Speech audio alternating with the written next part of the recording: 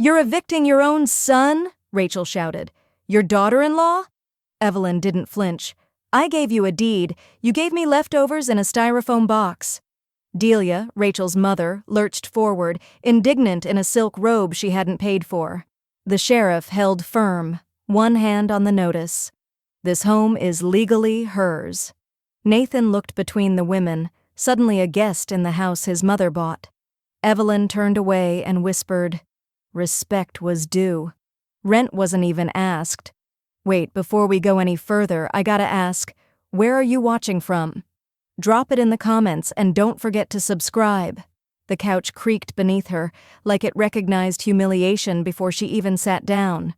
Evelyn paused at the edge of the cushion, still holding the folded fleece blanket.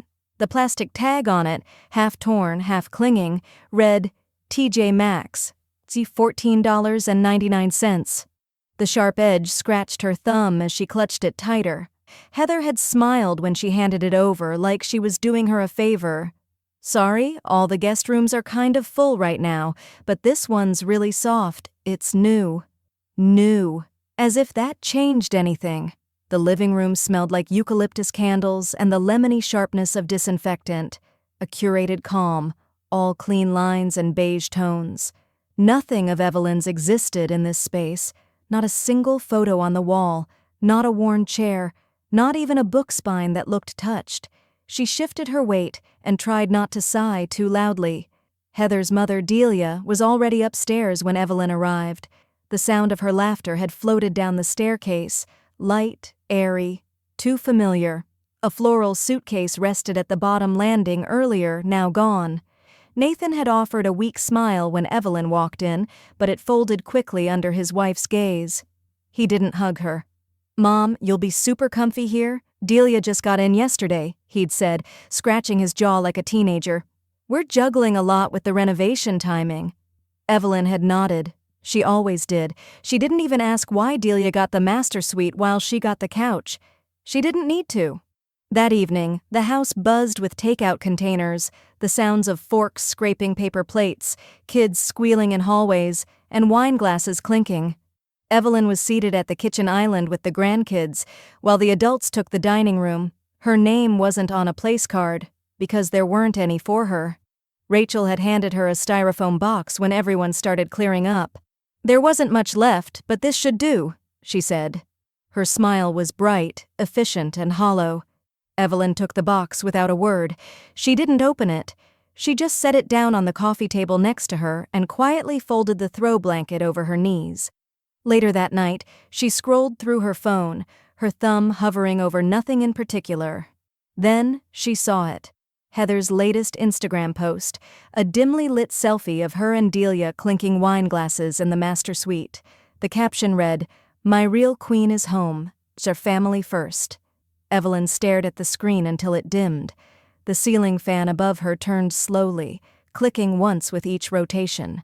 The kind of noise that would drive you mad if you let it. She didn't cry. She didn't even blink for a while. Just listened. To the creak of the couch, the whir of the fan, the distant laughter upstairs like wallpaper peeling in another room. She leaned forward, picked up her purse, and pulled out her reading glasses with quiet precision. From the side pocket, she removed a worn leather folder. It had survived 3 moves, a house fire, and her husband's entire illness. Inside was a document, yellowed slightly at the edges, but perfectly legible. Property title, 134 Willow Lane. Her name was printed at the top. So was Nathan's. Heather's was nowhere on it. She ran her finger across the embossed seal like someone tracing the edge of an old wound. She flipped to the clause she already knew by heart. Co-ownership with right to occupy in perpetuity unless transferred or vacated voluntarily. Heather had forgotten the most important detail. Evelyn hadn't. She reached for her phone, tapped a name in her contacts, typed one sentence. "Is the house still in my name?" She didn't wait for the response. She put the phone face down, pulled the blanket over her shoulders, and lay back slowly. The plastic tag scratched her cheek as she turned toward the wall. She closed her eyes, but not to sleep, to plan. Evelyn stood at the kitchen counter, the blanket folded neatly beside her, and whispered to no one, They gave me the couch. I gave them the deed. She said it like a courtroom opening statement, except her audience was a stack of unopened mail and a cold mug of tea. It tasted faintly of mint and metal, steeped too long. She dumped it in the sink and walked to the hallway closet. From the top shelf, behind an old sewing kit and a plastic box of batteries, she pulled down the red accordion folder. The edges were fraying, and the elastic band had long since snapped, but the papers inside, her receipts, contracts, and title documents, were organized like soldiers on parade. She turned page after page until she reached it. Deed of Trust, 134 Willow Lane. Her finger traced the names printed in black ink, just like she'd done 10 years ago when she signed it at the closing table. Nathan Thomas, owner 50%. Evelyn Thomas, owner 50%. No mention of Heather. Not then. Not now. The memory of that day came back with perfect clarity. Nathan, newly married, newly promoted, with that boyish hope in his eyes. Heather clutched his hand, beaming as they described their starter home, their forever nest. But the numbers hadn't worked. Evelyn had just lost her husband and was cashing out a portion of his life insurance. She offered to help. She didn't want a parade, just protection. Her only condition? Put her name on the title. Not for control, just to make sure she wasn't erased if things turned sideways. And she hadn't insisted. She'd asked, gently. A boundary made of paper. And now, here they were, 10 years later, and she was sleeping under a throw blanket with a clearance tag while Heather's mother enjoyed the ensuite jacuzzi tub upstairs. She flipped to the back page of the deed and studied the notarized signature. The paper smelled like ink and old decisions. Evelyn exhaled through her nose and sat down at the desk in the corner of her condo. She opened her laptop, an old Lenovo with a missing T key, and logged in. Her browser auto-filled as she typed, property rights co-ownership eviction options. A few legal articles popped up, blog posts, message boards. She clicked past them all and instead found her contact list. She hadn't spoken to Gerald in almost 2 years, not since he'd sent a Christmas card with a palm tree on it and a joke about Florida estate taxes. She dialed anyway. Gerald Reese, the voice answered on the second ring, his tone still clipped and efficient. It's Evelyn, she said. Thomas. Evelyn, it's been a minute. What can I help you with? She tapped the deed with her knuckle. If someone is co-owner of a home but hasn't contributed financially in years, and they're living there with extended family, can the other owner remove them? There was a pause. Gerald never rushed answers. Depends on state law and how the deed was written, but in general, yes.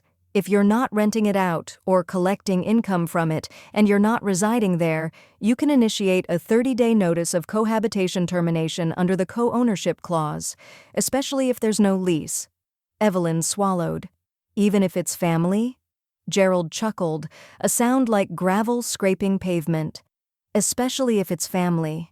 And I've seen worse. The silence stretched between them. She stared at the framed photo of Nathan on her desk, taken when he graduated high school, smiling with crooked teeth and messy hair. There had been a time he looked to her for everything, guidance, grounding, even gas money. She blinked once, twice. I'll need to dig into it, he said, softer now. But yes, if you wanted them out, you could legally give 30 days' notice. No explanation required. Evelyn closed her laptop, her reflection faint in the dark screen, half in shadow, fully resolved. The chair was missing. Not just for Evelyn, there wasn't an extra seat at all. 12 people had been invited, and only 12 places had been set. She stood in the archway between the kitchen and the dining room, holding a bowl of arugula salad, waiting for direction that never came. Heather glanced over her shoulder and gestured vaguely toward the corner of the breakfast nook. Oh, Evelyn, there's a stool just behind the bar. Can you bring that over? We didn't realize we were short one. Delia, radiant in a coral shawl and chandelier earrings, was already seated at the head of the long farmhouse table. Her water glass sparkled under the light fixture. On either side of her sat Heather's siblings, their spouses, and a few neighbors. Nathan was pouring wine. Evelyn set the salad down and retrieved the bar stool from the kitchen island. It wobbled slightly as she lowered herself onto it at the very edge of the table. No placemat, no napkin. Just air and assumptions. No one looked twice. Plates clinked. Laughter rippled across the table. Delia reached across two people to ladle mashed potatoes onto her daughter's plate. "Remember how your Uncle Lou used to bring Jell-O molds to Thanksgiving? The green ones with the weird cottage cheese?" Heather laughed. "Oh God, yes. And he always wore those awful bolo ties. You know what I realized? That whole side of the family had questionable taste." Evelyn took a sip of water to avoid smiling. Nathan caught her eye for a moment, then quickly looked away. As conversation drifted to vacation plans and TikTok videos, Evelyn reached for the salad tongs, her only designated role for the evening. "I read a study about arugula recently," she offered. "It actually boosts NIT oxide, good for blood pressure, especially for us." Heather cut in smoothly. What she meant was, it's bitter if you don't pair it with something sweet. That's why we added the candied pecans. There was a pause, a polite ripple of nods. Delia chuckled. "Don't feel bad, Evelyn. Older folks just need routine. I still miss iceberg lettuce and Thousand Island." Evelyn smiled, small and deliberate, the kind of smile that doesn't travel past the lips. She took a slow bite of her salad, letting the vinegar sting the roof of her mouth. Later, while clearing the dishes, Heather called out, "Can you rinse the wine glasses, Evelyn?" "The dishwasher's already full." Evelyn nodded once. She always nodded. As water ran over glass stems and warm suds built around her fingers, she listened to Delia's voice drifting in from the living room. "She really doesn't mind," Delia said, hushed but not low enough. "Some people just need to feel included." "I know," Heather replied. "We're doing the best we can." That night, back on the couch, Evelyn unfolded the fleece blanket and draped it over her lap. The tag was still there, curling upward like a sneer. The overhead light glared against the ceiling, and the silence in the house felt thin, like walls made of rice paper and indifference. She retrieved her notebook from her purse. Lined pages, pale blue, the same one she used to track medication for her late husband, grocery lists, notes from the HOA meetings. She opened to a fresh page and wrote, "Dinner, 12 chairs, 11 people, 1 stool, no place card, no setting, no acknowledgement." She underlined "no" 3 times, then flipped back a few pages, scanning older notes, passive-aggressive comments, thermostat resets, pantry rearrangements, every silent subtraction of dignity. The next morning, while Heather was out for errands and Nathan was walking the dog, Evelyn sat at the kitchen table, alone, and opened her laptop. She clicked New Document and titled it, "Notice of Termination, Cohabitation at 134 Willow Lane." Her fingers hovered over the keys for a moment before she began to type, slowly, methodically, not with rage, with record-keeping precision. She reached for the printer tray before the last page finished, already picturing the look on Heather's face. Evelyn didn't start by making noise. She started with the thermostat. The house was always a few degrees too cold for her joints, the kind of chill that settled into her knuckles and stayed. So one morning, while no one was looking, she pressed the button until the numbers glowed a comfortable 72. It wasn't rebellion. It was a quiet act of presence, a reminder, at least to herself, that she still existed here. Later that day, as she folded a dish towel at the kitchen sink, she heard Heather's voice rise from the hallway. "Why is it so hot in here? Mom's sweating in the master." Evelyn didn't turn around. She continued folding the towel with precise corners, as if it were her final say in a conversation she hadn't started. Heather appeared in the doorway moments later, her tone clipped. "Did someone touch the thermostat?" "I did," Evelyn said without apology. "The house was cold." Heather gave a tight-lipped smile, the kind women wear when they're calculating whether to scold or condescend. "Delia's used to certain settings. Could you try to leave it where it was? Just for her comfort." Evelyn didn't reply. She rinsed her hands under warm water, dried them, and left the kitchen. That night, she reset the thermostat again.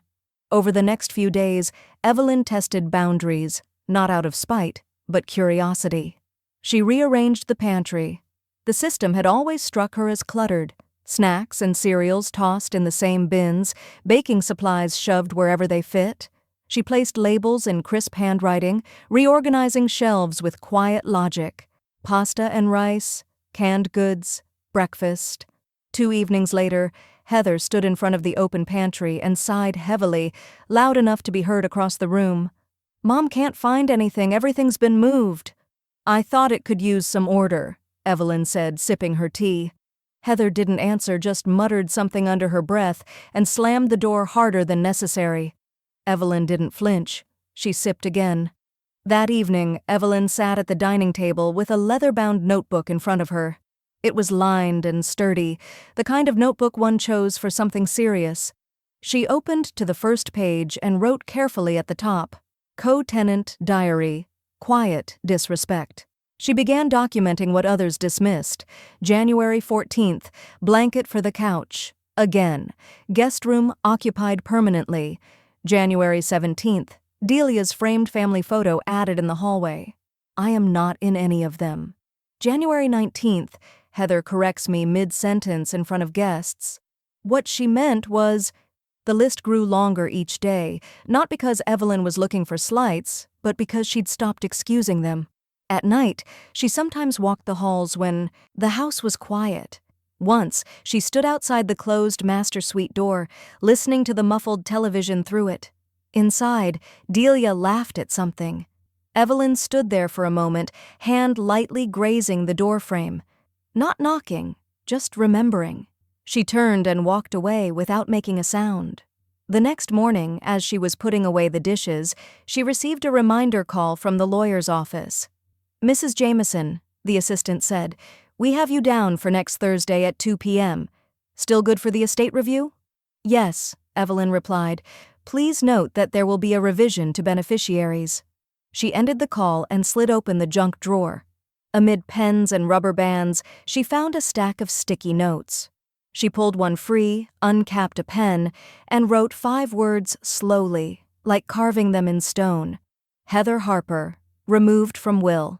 She placed the note inside her diary. That afternoon, she watched from the living room window as Heather pulled up the driveway in her SUV. Delia sat in the front passenger seat, waving at neighbors. Evelyn remained behind the glass, unseen. She reached for her notebook, opened to a fresh page, and exhaled. She picked up her pen and wrote only a date, March 1st, at the top of the page. A beginning was coming, and it would be in her handwriting. She gave me a throw blanket. I gave her a deadline. Evelyn stood in the doorway to the living room, holding a plain white envelope in both hands like it might burn through her skin. She had considered leaving it on the kitchen counter or sliding it under their bedroom door. But some things needed to be said with eye contact and stillness, and maybe a little silence, too. Heather was lounging on the sectional with her feet tucked under a plush throw, scrolling on her phone. Nathan sat nearby, half watching a game on mute, his face weary from too many days of pretending everything was fine. Evelyn stepped forward and cleared her throat just once. Nathan looked up first. "Mom? Something wrong?" She didn't answer immediately. Instead, she held out the envelope and waited. Heather took it with a wrinkle of confusion between her eyebrows, then opened the flap with a practiced flick of her manicured nails. Her expression shifted slowly. Curiosity, disbelief, and finally, a sharp snap of indignation. "What is this?" she asked, blinking as if the paper might rearrange its words into something more polite. "It's a formal 30-day notice of tenancy termination," Evelyn said, her voice even and clear. "I'm invoking my rights as co-owner. I want the house back." "You're evicting us?" Heather laughed, but it was a thin, humorless sound. "Are you out of your mind?" Nathan stood, setting the remote on the armrest. "Mom, you can't do this." Evelyn didn't blink. "Legally, I can. You're co-residing under a deed you don't own. You pay no rent, you made no arrangements to stay, and I never agreed to have Delia take over my room." Delia, hearing her name, entered from the hallway. Her hair was wrapped in a towel, and her voice was edged with faux surprise. "What's all this fuss?" "She's trying to throw us out," Heather snapped, waving the paper. Delia narrowed her eyes. "You're kidding. Evelyn, this is vindictive. I thought you were better than this." Evelyn turned toward her slowly.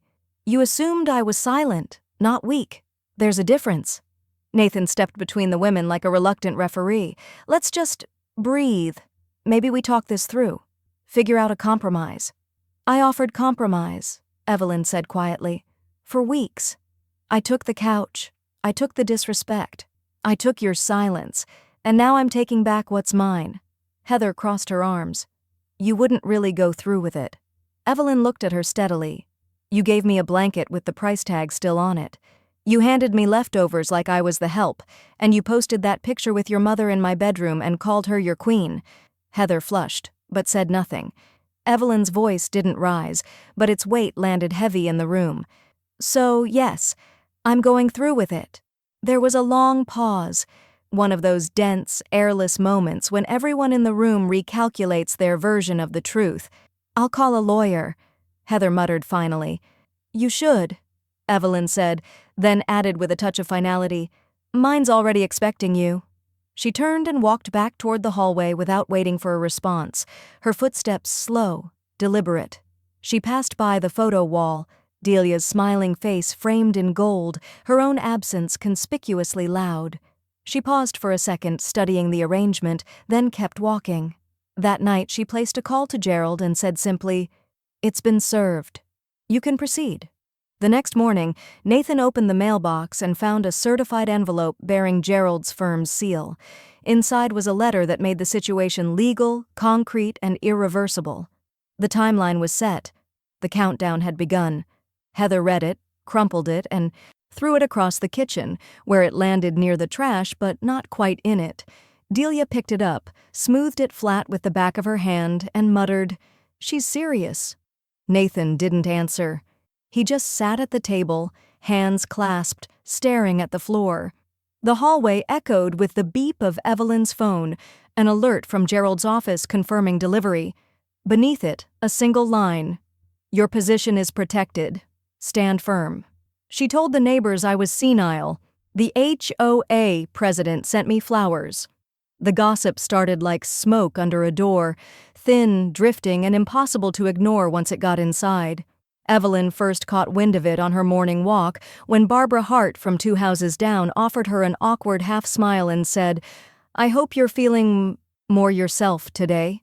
Evelyn blinked, then smiled coolly. I didn't know I had been feeling otherwise. Barbara flushed and made up some excuse about her dog's vet appointment. She never had a dog. By the third encounter, when a neighbor subtly asked if Evelyn was still adjusting to widowhood okay, she knew.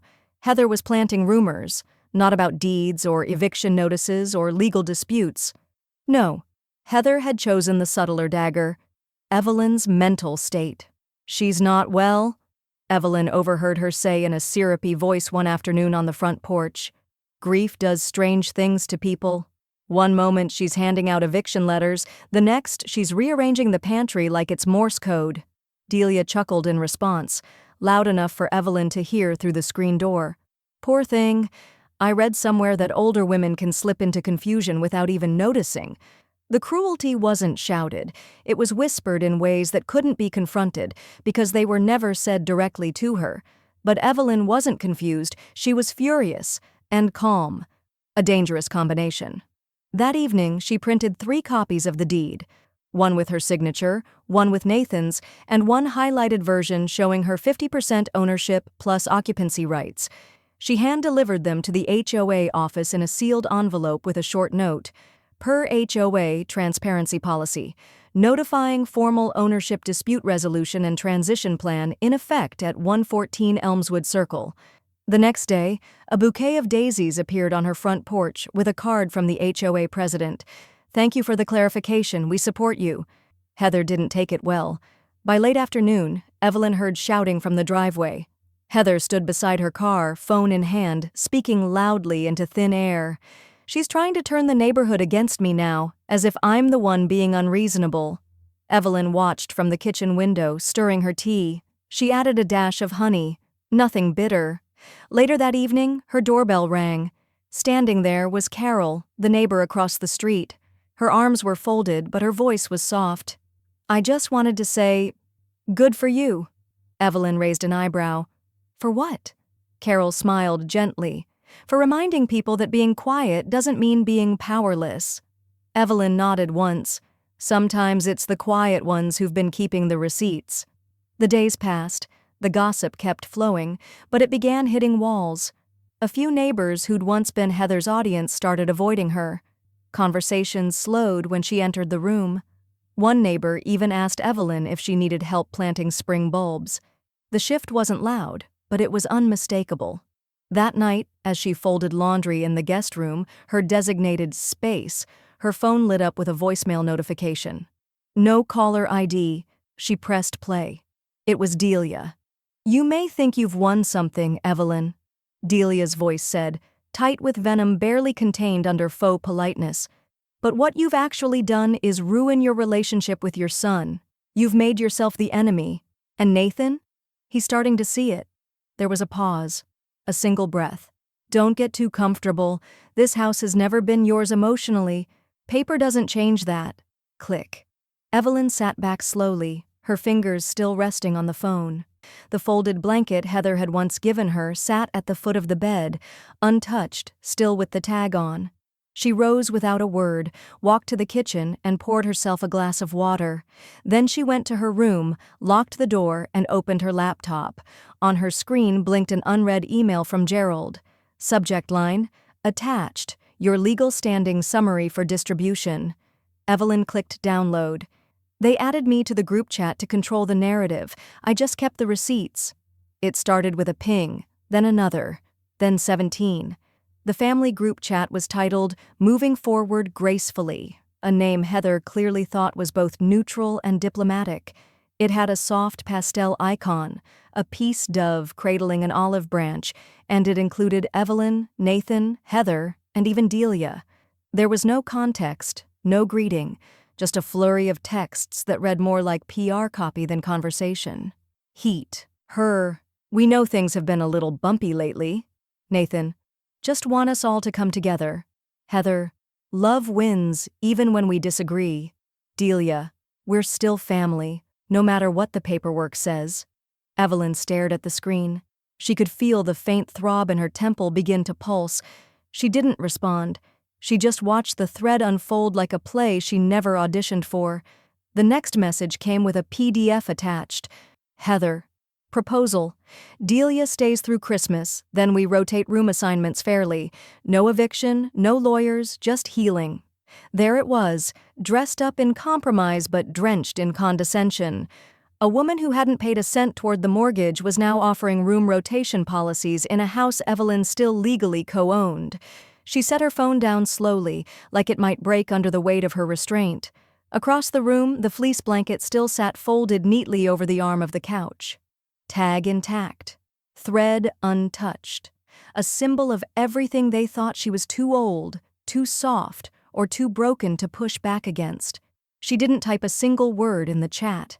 Instead, she opened a drawer, pulled out her notebook, and flipped to a fresh page beneath the header she'd written weeks earlier. Co-tenant diary, quiet disrespect. The last few entries had been about pantry labels and thermostat battles. Today's entry would be about the audacity of gaslighting, disguised as grace. Tuesday, 3:47 p.m., family group chat created, titled by Heather. Tone, performative reconciliation. Suggestion made to extend Delia's stay, offered as compromise, not legally binding, not accepted. She capped her pen and sat in silence, the kind of silence that wasn't passive but bracing, strategic. From down the hall, she heard faint laughter. Delia and Heather were watching some game show, clapping along like contestants. Evelyn leaned her head back and closed her eyes. Even silence had a rhythm now. It was measured, intentional. By dinner time, the group chat had become a digital stage. Rachel posted a blurry photo of a flower vase in the hallway with the caption, "New energy, new start." Delia chimed in with, "Forgiveness is the foundation of peace." Nathan just liked everything without comment. And Evelyn, she stayed invisible on purpose until her phone lit up again. But this time, it wasn't the group chat.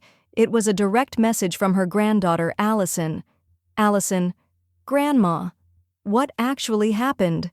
Evelyn sat up straighter. The glow from the screen caught the edge of her reading glasses. She read the message twice. It was the first time someone had asked, not told, not assumed, not spun, just asked. Allison was 17, quiet, observant, the kind of girl who noticed when birthday cards stopped coming from her father's side, the kind of girl who knew Evelyn's handwriting by the way she looped her G's and crossed her T's like a former secretary who still cared about posture. Evelyn's hands trembled slightly, not from fear, but from the ache of long-withheld truth pressing at her ribcage. She didn't type back yet. She stared at the blinking cursor, then reached for her journal again. Tuesday, 6:29 p.m. A question worth answering has finally been asked. She closed the book. Dinner was ready, but no one had called her to the table. She stood anyway, walked down the hallway, and past the dining room, where 4 place settings were arranged without her name. Again. Back in her room, she typed 2 words and hit send. Evelyn. Lunch tomorrow? Allison replied immediately. Just us? Evelyn smiled, then whispered to the dark, finally. She told them I snapped. I told one person the truth. The sunlight through the diner window slanted just enough to catch the silver in Evelyn's hair as she stirred her coffee slowly, clockwise, watching the swirl of cream rise like a slow fog. The hum of breakfast clatter filled the room, porcelain meeting formica, forks dragging across ceramic, the low mumble of conversation, just enough noise to give their table some privacy. Allison sat across from her, her phone face down for once, a rare thing for a 17-year-old. She was nursing an orange juice but hadn't taken a sip. Her dark brown eyes, so much like Nathan's when he was her age, searched Evelyn's face with a mixture of concern and curiosity that she couldn't quite disguise.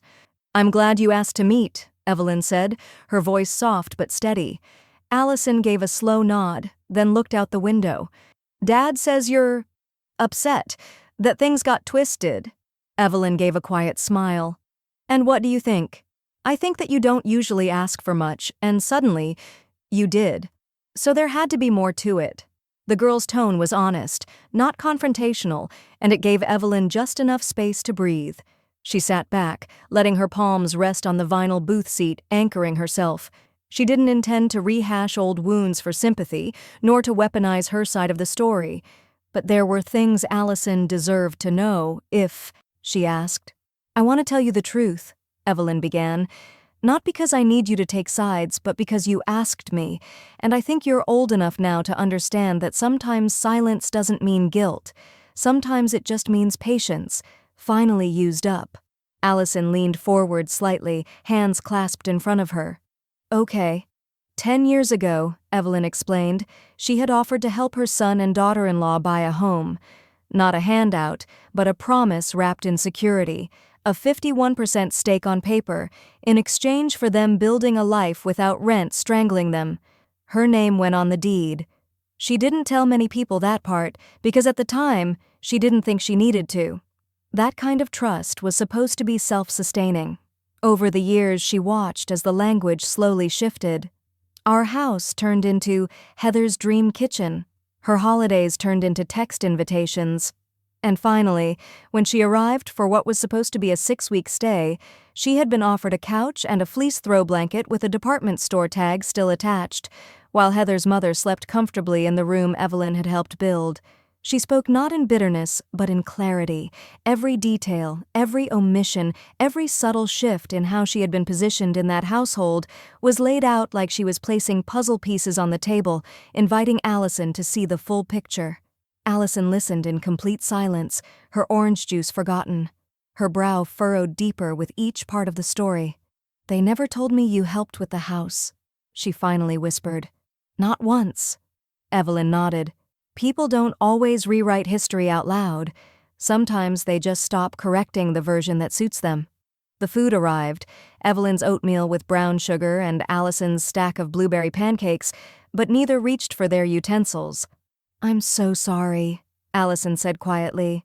You don't have to apologize for them, Evelyn replied, her voice warmer now. You're not responsible for what grown people pretend to forget. After a long pause, Allison reached for her phone and turned it over, tapping something into her notes app before looking up again. "Can I still visit? Wherever you end up?" Evelyn's eyes softened. "Of course. My door's still open to people who knock with respect."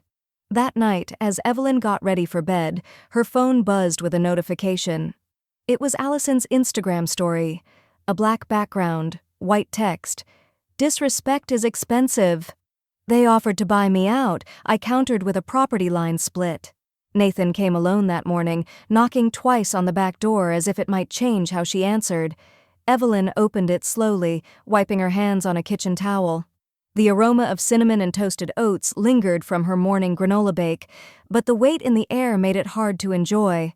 "Got a few minutes?" he asked, eyes darting toward the hallway like he expected to be ambushed. Evelyn didn't move from the threshold. "If you're here to ask for an extension, save it." "No," he said, then swallowed.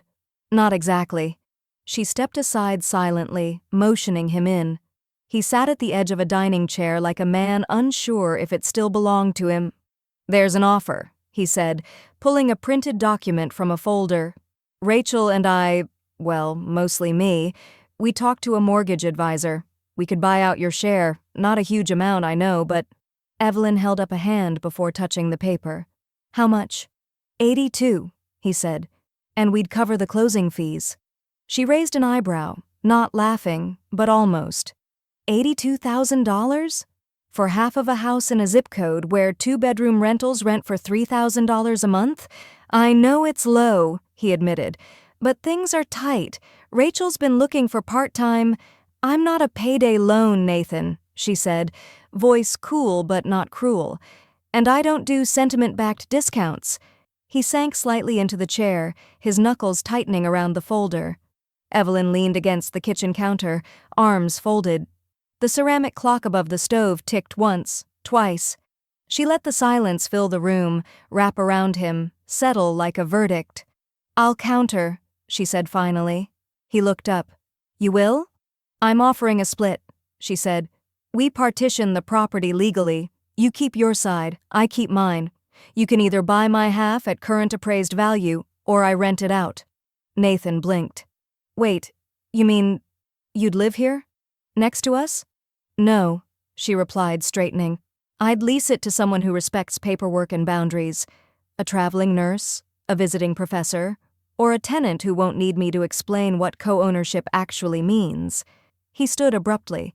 "You'd rent it out to a stranger?" "I'd rather share walls with a stranger than be erased by family in my own house," she said. He looked stunned, as if seeing her for the first time in months, maybe years. "You know Rachel's not going to like this," he said finally. "I didn't think she liked much of—" "Anything I did," Evelyn replied with a quiet shrug. Nathan opened his mouth, then closed it again. He stepped toward the door, but paused. "Mom, is there any version of this where we keep things together?" She met his gaze, unblinking. There was. You slept through it. By nightfall, Evelyn sat at her desk, reviewing local real estate listing platforms. Her fingers moved with precision, dragging files into a folder marked Rental Prep-134A Willow Lane. She selected interior photos of her half, carefully edited to show light, space, autonomy. She added the listing blurb: private suite with ensuite bath, shared backyard, separate entrance, quiet co-owner in residence next door. Seeking respectful tenant for long-term rental. She pressed publish. 10 minutes later, her phone buzzed. Not a text, a call. She almost didn't answer, but something in her gut told her this one wasn't from Nathan. It was Rachel. Evelyn waited until the 4th ring before picking up. "What's this I hear about a rental listing?" Rachel's voice was sharp, rehearsed. "You hear correctly?" Evelyn said. "You can't do that." "I already did." Rachel exhaled into the phone like someone trying not to scream. "This isn't over." Evelyn looked at the golden light slipping across her hardwood floor, the corner of the room she planned to turn into a reading nook. "It is for me." 2 hours later, as Rachel paced in the driveway on her phone, her screen lit up with a notification. New voicemail from local property management. "Hello, we're calling about the Willow Lane listing. We have a nurse relocating from Seattle interested in touring as soon as possible." They tried to push me out emotionally. I invited in someone with capital. The email landed in Evelyn's inbox just after dawn, while the kettle hissed on her stove.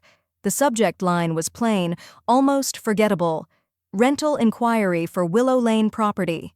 But what unfolded inside wasn't forgettable at all. The sender was a travel nurse named Sonia, originally from Indiana, now cycling through mid-length assignments across the Midwest. Her message was warm, direct, and polished. She'd seen the listing for Evelyn's half of the duplex, an opportunity Evelyn had quietly posted through a boutique housing agency just days earlier.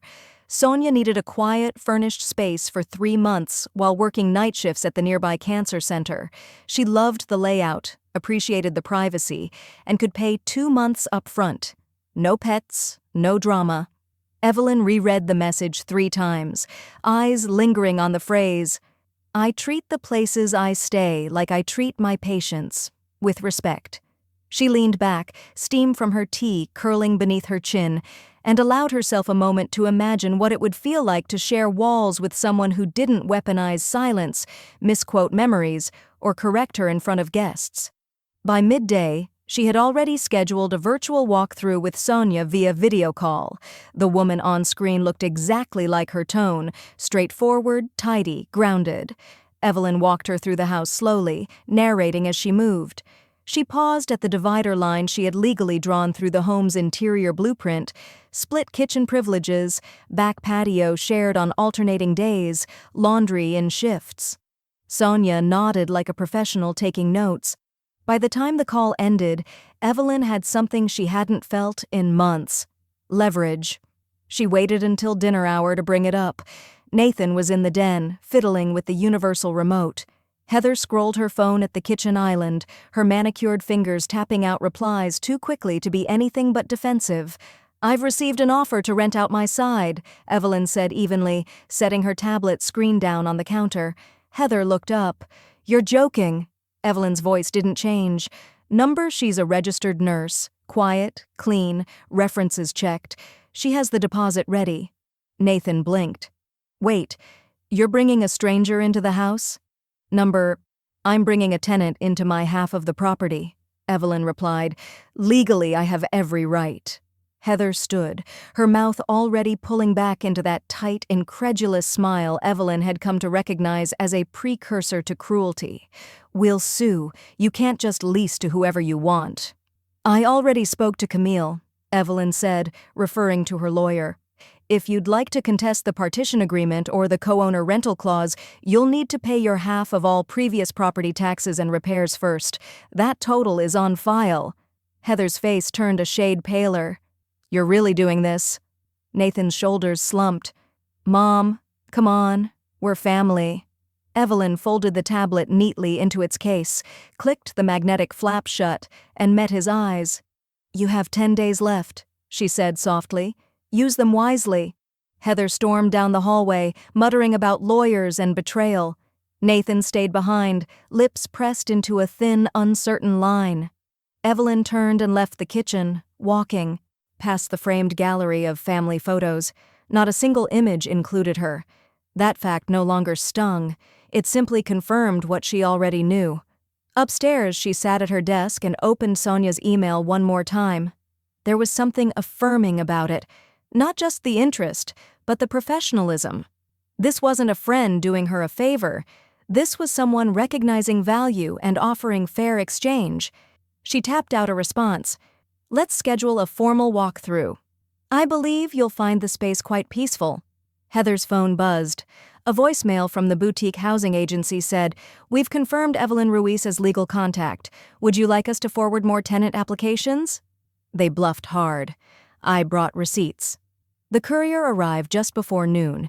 Uniform crisp, smile professional, the kind that comes from not knowing the contents of the envelope they carry. Gloria thanked him politely and closed the door with care. She placed the envelope on her kitchen counter, next to a half-peeled orange and her morning crossword, then went to make tea. She didn't tear it open.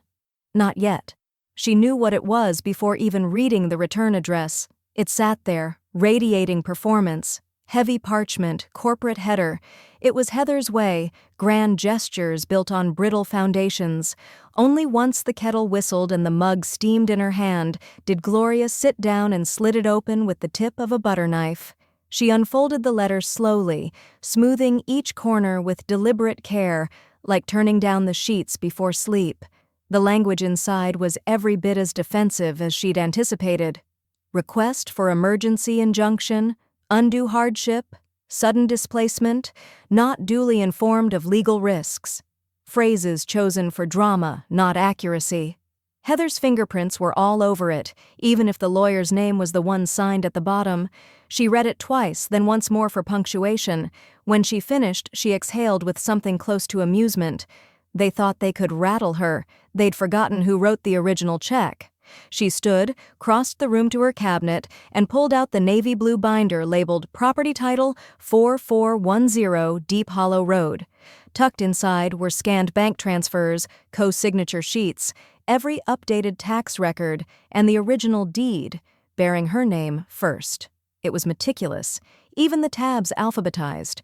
Gloria had always believed in keeping things exact, because precision outlasts panic. She called Camille and forwarded the scanned documents with a subject line that simply read, "Response needed." Camille replied in under 15 minutes, "They've got nothing. I'll move to dismiss on grounds of frivolous claim. Sit tight." And so Gloria did. The dismissal came fast. 48 hours after Camille filed her counter-documentation, the court issued a one-sentence denial. Petition rejected, no merit, no hearing scheduled. The page practically hummed with legal finality. There were no calls from Heather that day, not even a text from Nathan.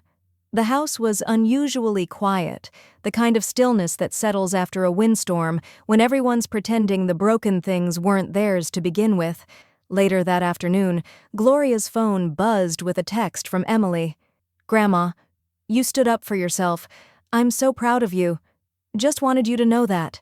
She didn't cry, but her hand rested on the phone screen for several long seconds, as if it could absorb the warmth. That evening, just as she was brushing tea leaves into the trash, a soft knock echoed on her bedroom door. She opened it to find Nathan standing there, shoulders curved inward like a man unsure of the weight he carried. He gestured toward the hallway. "Can we talk?" She nodded once and led him to the dining room. They sat across from each other in the same places they had for birthdays, Easters, the occasional awkward Thanksgiving. This time, there was no food on the table, just the silence of overdue truth. "I didn't think it would come to this," Nathan began. "You didn't think I'd follow through," she replied, not bitter, just clear. She thought the court might slow things down. "Give us time to talk sense into you."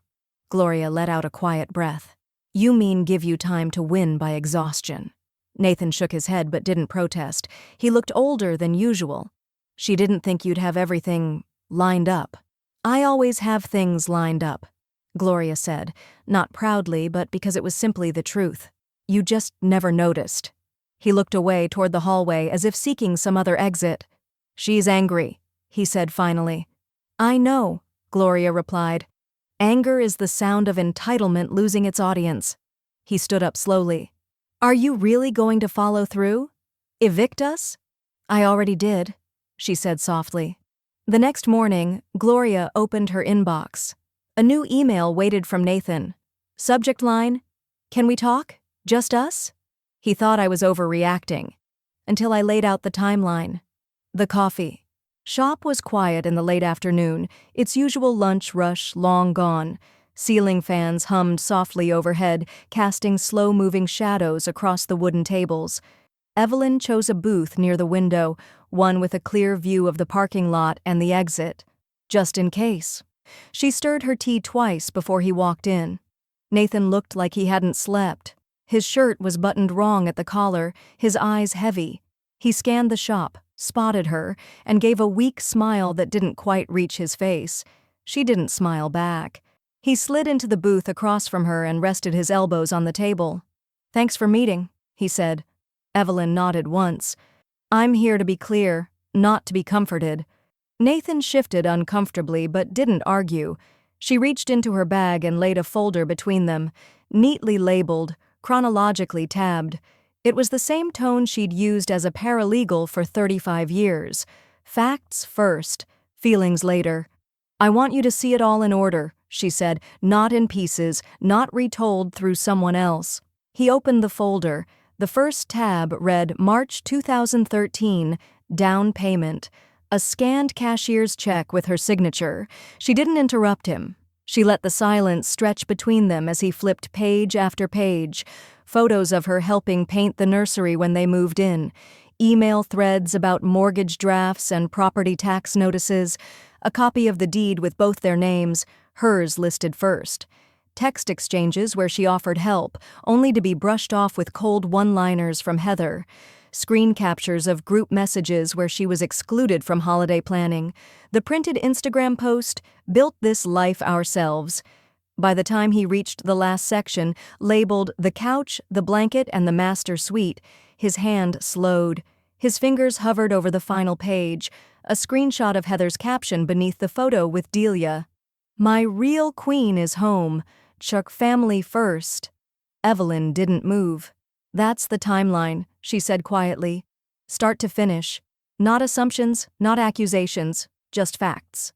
Nathan sat back. He blinked slowly as though trying to reprocess a life he thought he understood. "I didn't realize it was that much." "You didn't want to," she said, voice even. "You wanted things quiet, convenient." "It's just," Heather said. "I know what Heather said." Her voice sharpened, then softened again. "And I stayed silent. For years. Not because I agreed, but because I loved you. And because I didn't want to embarrass you." Nathan looked down at his hands. "I thought you were just being sensitive." Evelyn folded her hands in front of her. "You thought I was overreacting," she said plainly. "And now you know I was under-responding." He didn't speak for a while. The espresso machine hissed behind them. A young couple laughed at the counter, completely unaware of the generational weight sitting just feet away. "I'm not asking you to take sides," Evelyn said at last. "I'm asking you to stop expecting me to forget mine." Nathan raised his eyes to meet hers. There was no defense left in them. Just something that resembled regret, but not quite an apology. "Does it have to be this permanent?" he asked. "It already was," she replied. "You just never looked at the fine print." They sat in silence for another long moment. Evelyn reached for her bag and slipped the folder back inside. Nathan stood up slowly, his chair scraping softly against the tile. He looked like he wanted to say more. Instead, he simply walked out the door without a word, the bell above it jingling softly behind him. She didn't follow. She didn't need to. Evelyn looked down at her tea, now cold, and whispered to herself, "Well, that felt like the last time. They thought I'd fold at the finish line. I was only warming up." The morning of day 30 arrived not with thunder, but with sunshine.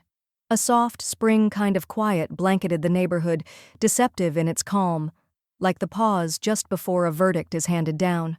Evelyn stood by the front window of the house she co-owned, a mug of black coffee cooling in her palm, her gaze fixed on the familiar gravel path outside. A white moving van rolled up precisely at 8 a.m. The side of it read, "Monarch Relocations, Graceful Exits, Gentle Hands." She had chosen the company for that tagline. Symbolism mattered now. The sheriff's cruiser pulled in behind them minutes later. Deputy Reynolds, gray-haired, courteous, and meticulous, stepped out and gave Evelyn a respectful nod. "You ready?" he asked. "As I'll ever be," she replied, voice low but firm. She opened the door for him herself. Her hands didn't shake. Inside, the house was oddly still. No shouting, no last-minute boxes being taped shut in a panic. Heather had opted for theater early in the process, but Evelyn's silence in recent weeks had spoken louder. It turned out that calm, backed by paperwork, was more terrifying than rage. Delia sat at the dining table, arms crossed, wearing sunglasses indoors like she was shielding herself from something brighter than judgment. A large leopard print suitcase stood beside her, the wheels tilted outward like they'd already given up.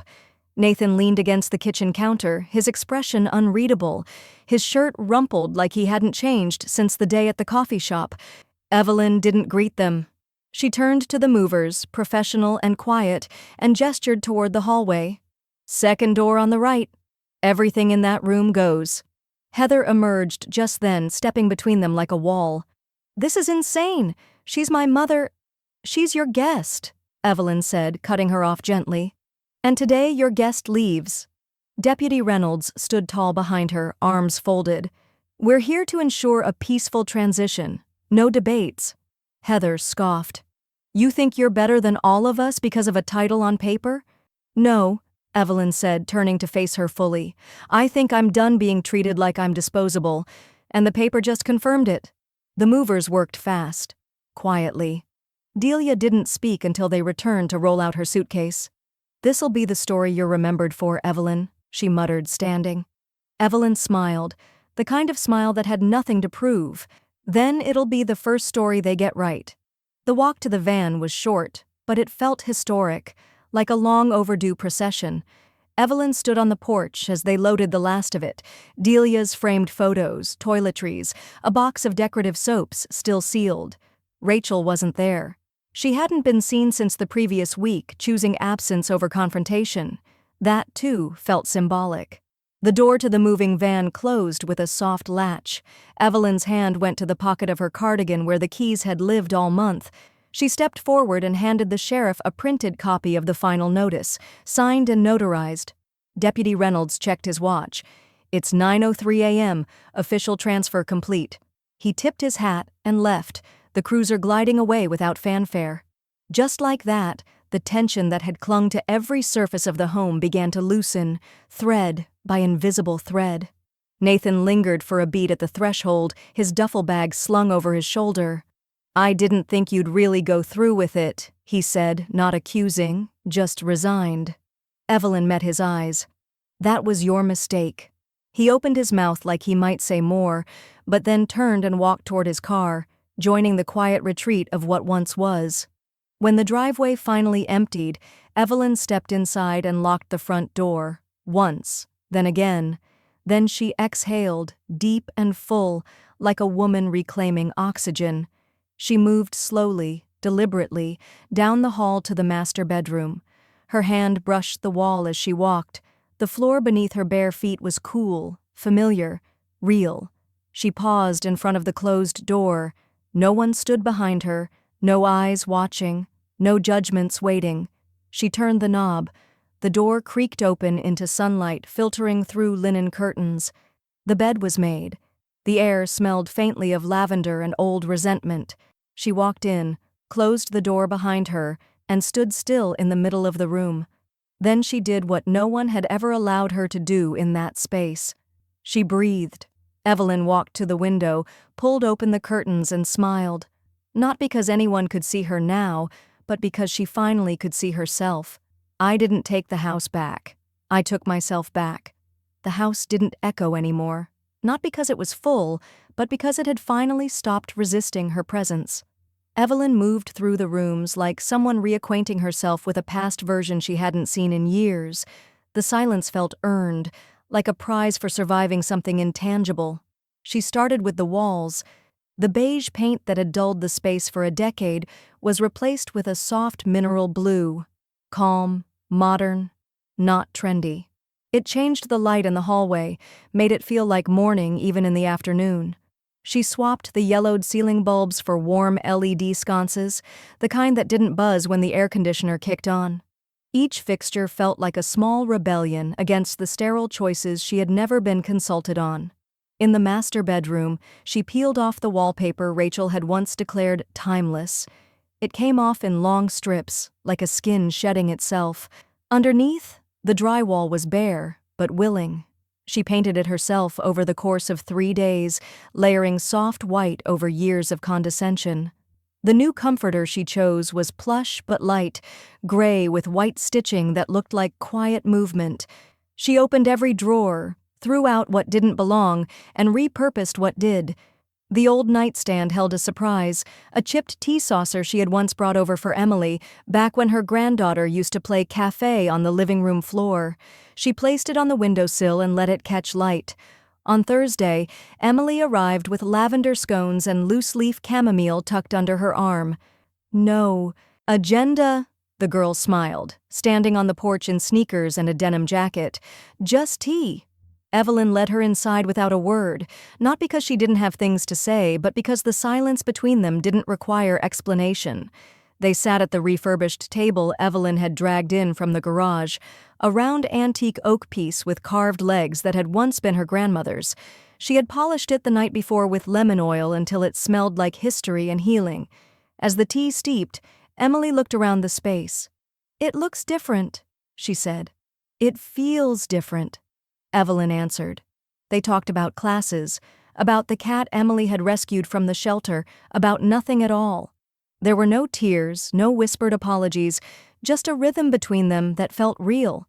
When Emily got up to leave, she hugged Evelyn tightly, not the kind of hug you give out of duty, but the kind you give when you know something valuable has been protected. That night, Evelyn slept in the master suite for the first time. She made the bed slowly, smoothing the corners as if sealing in her own authority. She brushed her teeth with the door wide open, music playing from her phone. No whispers, no footsteps just outside the hallway, waiting to remind her she was just visiting. She slipped between the sheets and lay still, listening not for the creak of disapproval, but for her own breath. For the first time in years, she didn't flinch at the sound of the wind rattling the windows. The clock read 2:18 a.m. when she turned to the far side of the bed, reaching to tuck in the coverlet. Her hand hit something solid beneath the frame. She slid down, turned on the nightstand lamp, and crouched low. There it was, a gift box, glossy burgundy with a gold ribbon slightly askew, like it had been hastily hidden. A small ivory tag was taped to the top. One word, handwritten in cursive, Delia. Evelyn didn't touch it at first. She simply sat cross-legged on the floor, staring at the box as if it might blink or hum or confess. The room was still, but her pulse quickened. It wasn't just what the box might contain, it was the question of why it had never been given. Evelyn lifted the box with both hands, carried it to the bed, and slowly untied the ribbon, wondering if closure sometimes came wrapped in someone else's secrets. They measured me in square footage. I measured them in decency. Evelyn stood on the porch that morning with a wrapped box balanced neatly in her arms. The sun was still low, casting long gold streaks across the driveway where Delia's car used to idle. The gift ribbon had been retied, not lovingly, but with deliberate care. The tag with Delia's name remained, untouched, as if Evelyn had been nothing more than a temporary custodian of its silence. She didn't knock. She left the box gently on the welcome mat of Nathan and Heather's new rental, then turned and walked away without looking back. No note, no explanation. Some gestures were their own punctuation. Later that week, Evelyn sat across from her estate attorney in a glass-walled office in Midtown. She wore her gray wool coat, the one she had almost donated 3 times but always kept. It fit better now somehow. "I'd like to update the distribution," she said, voice steady. 50% to my granddaughter. The rest goes to the Women's Housing Legal Fund. The attorney, a woman Evelyn's age with tortoiseshell glasses and a quick nod, responded without hesitation. "Noted." Evelyn leaned back as the paperwork was prepared, her eyes fixed on the signature lines. It felt different than signing a deed. This wasn't about ownership. It was about legacy, not the kind with photos on mantles or holidays with overcooked turkey. Something cleaner, something earned.